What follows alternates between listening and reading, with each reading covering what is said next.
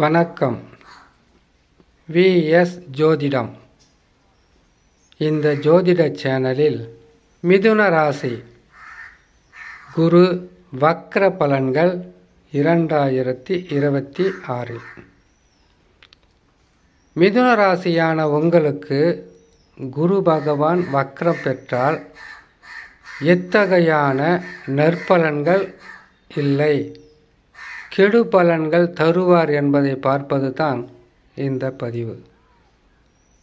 வக்ரம் என்றால் என்ன? எப்பொழுது வக்ரம் பெறுகிறார்? வருகின்ற கார்த்திகை மாதம் 2ஆம் தேதி, தமிழ் மாதத்தில் 2ஆம் தேதி குரு பகவான் வக்ரம் பெறுவார். பங்குனி மாதத்தில் 3ஆம் தேதி வக்ர நிவர்த்தி பெறுவார். இந்த வக்ரமாகப்பட்டது எப்படி நடக்கும்னு பார்த்தீங்கன்னாக்கா, குரு பகவான் இப்பொழுது கடகராசியில் இருக்கிறார். கடகராசியிலிருந்து கடகராசி 1, சிம்ம ராசி 2, கன்னி ராசி 3, துலாம் ராசி 4, விருச்சக ராசி 5ஆம் இடத்திற்கு சூரிய பகவான் வரும்போது குரு பகவான் வக்ரம் பெறுவார்.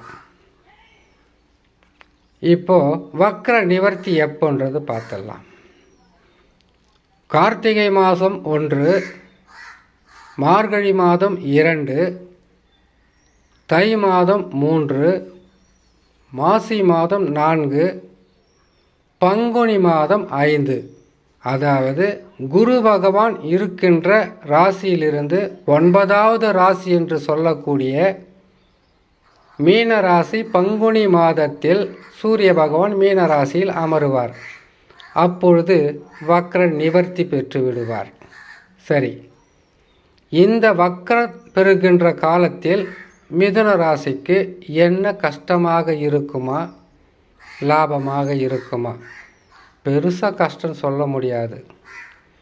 பெரிய கஷ்டம் என்பது குரு பகவான் ஏற்கனவே 2 வருஷம் சொல்ல முடியாது, 1.5 வருஷம் சரியான கஷ்டத்தை கொடுத்து தான் 12ஆம் இடத்தில் இருக்கும்போது விரயம், வீணான விரயம், ஜென்ம ராசியில் இருக்கும்போது வனவாச வாழ்க்கை, இந்த 2 ஆண்டுகளில் தந்து வந்த பல வகையான கெடு பலன்களை மாற்றி அந்த கெடு பலன்களில் ஏற்பட்ட பாதிப்புகளை சரி செய்து உங்களை நல்ல இடத்திற்கு, நல்ல நிலைக்கு கொண்டு செல்வதற்கு குரு பகவான் வருவதுதான் ராசிக்கு 2.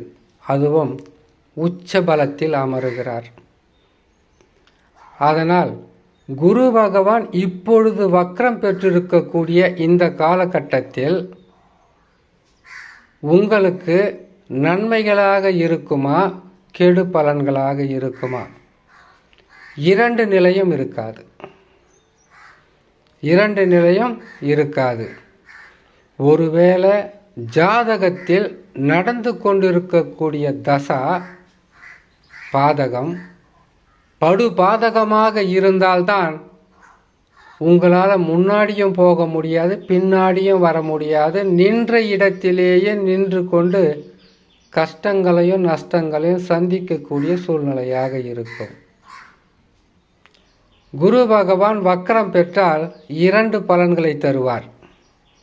ஒன்று நன்மை, இன்னொன்று தீமை. 2ம் கலந்தே நடக்கும். ஆனால் எப்படி கணக்கிட்டு பார்த்தாலும் நன்மை சற்று அதிகமாகவே இருக்கும். ஆனால் வெளியூர் பிரயாணம், காசு பணத்துக்காக, வேலைக்காக, சொந்த பந்தங்களை பார்க்குறதுக்காக, திருவிழாக்காக, இல்லை குலதெய்வத்தை வணங்குறது, இஷ்ட தெய்வத்தை வணங்குறது, கோயிலுங்களுக்கு போயிட்டு வர்றது, மன ஆறுதலுக்காக போயிட்டு வர்றது, வீட்டில் இருக்கக்கூடிய சில பிரச்சனைகளை நீங்கள் அதை தீர்த்து வைப்பது, இப்படியெல்லாம் அலையக்கூடிய ஒரு சூழ்நிலையாகவும் அலைச்சலும் திருச்சலும் இருக்குமே தவிர பெருசாக பாதகம்னு சொல்லிவிட முடியாது. குரு பகவான் வக்ர நிவர்த்தி பெற்றுவிட்டால் முன்பை விட இப்பொழுது இருக்கின்ற சூழ்நிலையை விட இரட்டிப்பான நன்மையை கொடுக்க ஆரம்பித்து விடுவார். சரி, நன்மைகள் நடக்க போகிறது உறுதியாயிடுச்சு.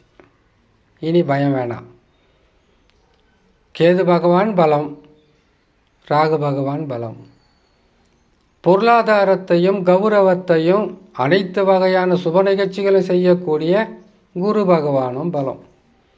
3 கிரகங்கள் பலமாக இருக்கும்போது சனி பகவான் ஏதாவது செய்திருவார்ன்ற பயம் இருக்கும். பயம் வேணாம். நல்ல நிலையில் செய்வார், நல்லபடியாக செய்வார். குருவின் பாதகம் என்பது குருவால் தடுக்கப்பட்டு உங்களுக்கு நற்பலன்களை கொடுக்க ஆரம்பித்துவிடும்.